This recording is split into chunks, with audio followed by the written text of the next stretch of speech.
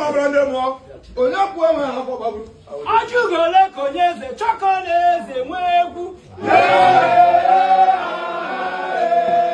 Onye mo akunwedi won. Njana mo kina ko metewa. Asi ko mo na bala se. Honu jamuka. Ohano ajuchala munu nlele. Honu jamuka mekwaza aye. Honu ka wona malele tirike amale.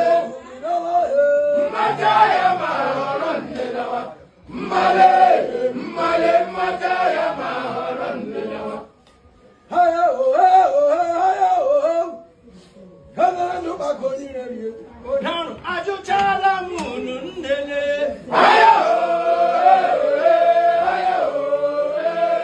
Reverendo bakoni rebi.